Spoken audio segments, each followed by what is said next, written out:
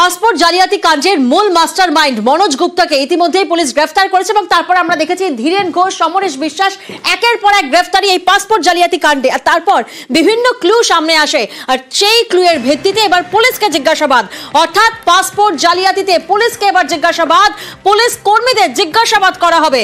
প্রতিনিধি অমিত এই মুহূর্তে আমাদের সঙ্গে রয়েছেন।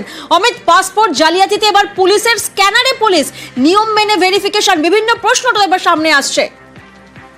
পাসপোর্ট ইস্যু করার ক্ষেত্রে পুলিশ ভেরিফিকেশন একটা মাস্ট পর্ব। সেই জায়গায় সেই স্তরে কোনো রকম গাফিলতি হয়েছে কিনা বা পুলিশ ভেরিফিকেশন যখন হয়েছিল সেই সময় কোনো পুলিশের মাধ্যমে কোন রকম ফল্ট রয়ে গেছে কিনা এই বিষয়গুলো কিন্তু এক্সামিন করার প্রয়োজন মনে করছে তদন্তকারী আধিকারিকরা।